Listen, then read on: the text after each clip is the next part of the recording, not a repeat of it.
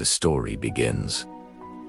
A long time had passed. In a small settlement of Iraq, there lived a hard-working farmer named Hamid. Hamid was very poor, but there was a strong spirit of hard work in his heart. He sowed wheat in his field, worked day and night to water the field, watered the soil with his sweat, and every day stood near his field watching the crops grow slowly. His hard work started giving results. The wheat plants began to sway in the wind. The entire field became green and full of life. Hamid's heart filled with happiness. He started believing that his poverty would soon end.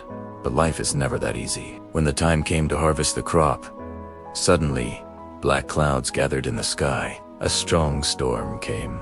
Hailstones fell, and such heavy rain started that the entire field was washed away in water. Hamid sat silently. There were tears in his eyes, but he was not crying. He was just watching his hard work getting destroyed, and he slowly stood up and walked towards his home with heavy steps. The next day, he went out looking for work. After wandering in many villages, he met a rich landlord.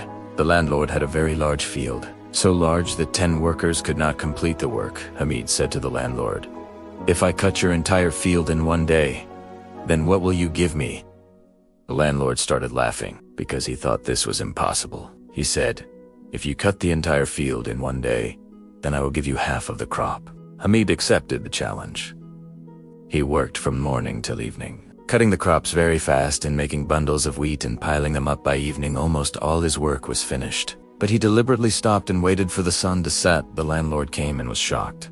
He said, "Very good. Now we will divide the crop into 2 equal parts." But Hamid lowered his head and said, "I could not complete the condition of the deal because some bundles were collected after the sun had set." Saying this, he left. From there, he kept walking far away and finally reached a city where he told his story to the Sultan. The Sultan appointed him as the guardian of his flock. The condition was that if even one animal was lost, he would get nothing. For 4 years, Hamid took such good care of the animals that not a single animal was lost. But one day, a wolf came from the forest and carried away a baby animal. When Hamid returned with the flock, he blamed himself and refused to take compensation from the Sultan. He left from there and slept under a tree near the river. When he woke up, he saw a beautiful girl crying. She told him that she was Noor, the daughter of Shams, and she had become separated from her father. Hamid took her with him and married her. Both of them lived happily, even in poverty. One day, Noor gave Hamid a magical ring, which could make a magical dining cloth appear. Hamid thought, "I should invite the Sultan for a feast." Noor was afraid, but Hamid did not listen. He invited the Sultan for a feast. The courtiers came and ate magical food and were extremely amazed. Then the Sultan learned about Noor's beauty and formed an evil plan. He sent Hamid on dangerous missions so that he would not return alive, but Hamid always returned victorious. Finally, he went to Shams and took his golden turban and gave it to the Sultan. Then the Sultan realized his mistake and gave up oppression. The story ended with the lesson that hard work and truth never lose. Hamid happily started living in a hut with his wife Noor. They were poor, but their home was always warm and bright with love and trust. Noor said to Hamid, "You sit at home all day and do nothing. In this world, hard-working people are respected. Why do you consider yourself useless?" Hamid replied, "I am an unlucky man. Whatever work I touch goes wrong. That's why I have withdrawn from all work." Noor smiled and said, "A person should never be disappointed with God's mercy. Despair itself is kufr." She took out a ring and gave it to Hamid. "Whenever you need it, place it on the ground. A magical dining cloth will appear with all kinds of food and drinks. When you are satisfied, pick up the ring. The dining cloth will disappear." Hamid took the ring happily and began living a peaceful life. One day, Hamid thought, "I will invite the Sultan for a feast so he can see that farmers also live in this world, and how delicious things are that are made with their hard work and love." Noor became afraid. The Sultan's temper is different. If pleased, he rewards. If angry, he punishes. But Hamid remained determined. He sent a letter inviting the Sultan for a feast. The Sultan laughed and said, "Look at your wealth. What delicious food will you serve me?" Then he sent his courtiers. Hamid seated the courtiers in his hut, placed the magical ring on the ground, and the dining cloth appeared. Sherbet, fruits, and delicious dishes. Everything was so tasty that the courtiers licked their fingers, but their stomachs were full, not their hearts. Then Noor came to the court. Her beauty amazed the courtiers. The courtiers returned and told the Sultan everything, how they had eaten the food and how it all disappeared. They also said that Hamid's wife was extremely beautiful. The Sultan immediately made a plan. He sent Hamid on a dangerous mission. so that he would not return alive and could marry Noor. Hamid was summoned and ordered, "Bring Shams's golden turban immediately. If you fail, your head will be cut off." Hamid went home. Noor gave him a white pigeon. "Follow this pigeon. It will lead you to your destination."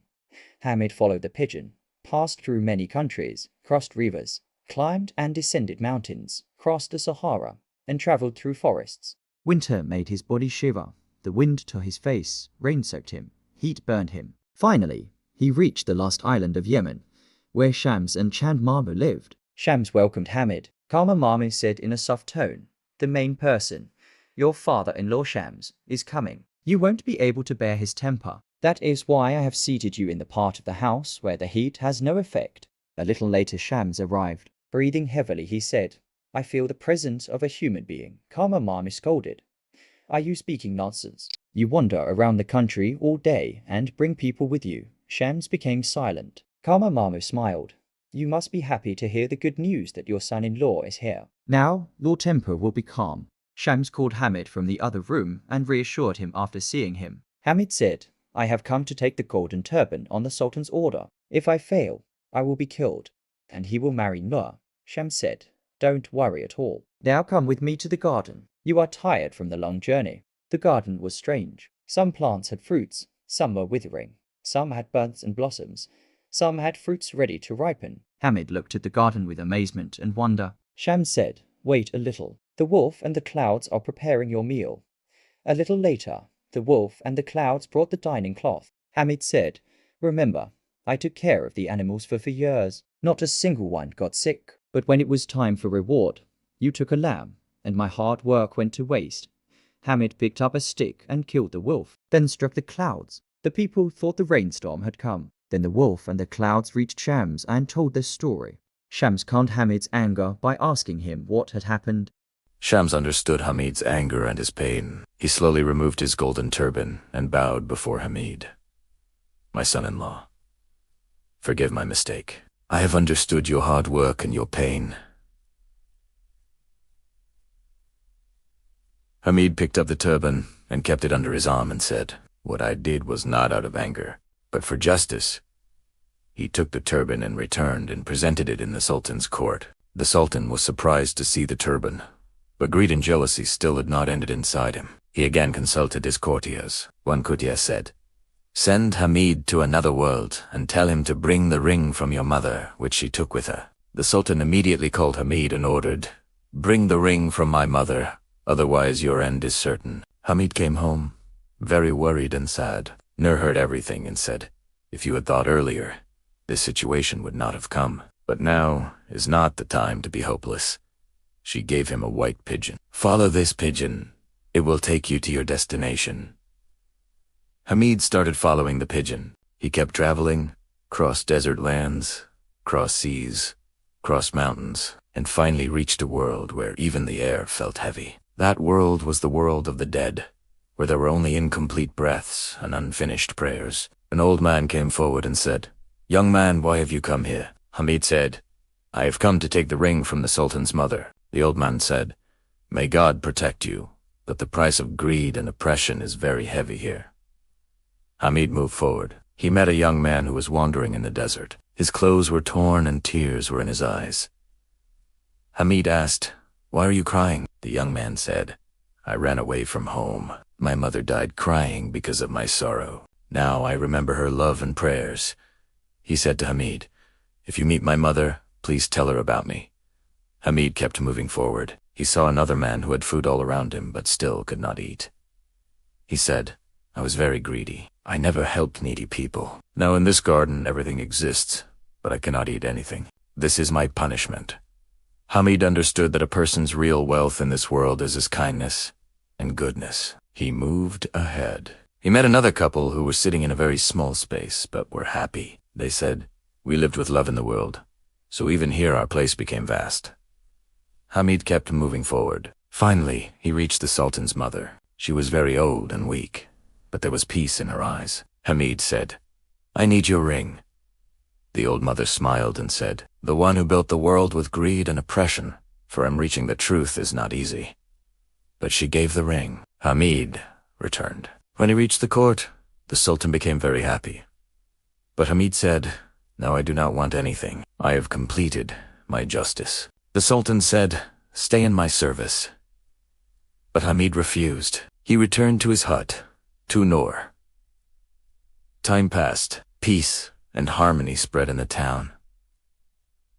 The well was opened again for people. Poor people started drinking water and giving blessings and prayers. One evening, Hamid and Noor were sitting near the well. Noor said, "Justice comes late, but when it comes, it changes everything." Hamid smiled and said, "The prayers of the poor are never wasted."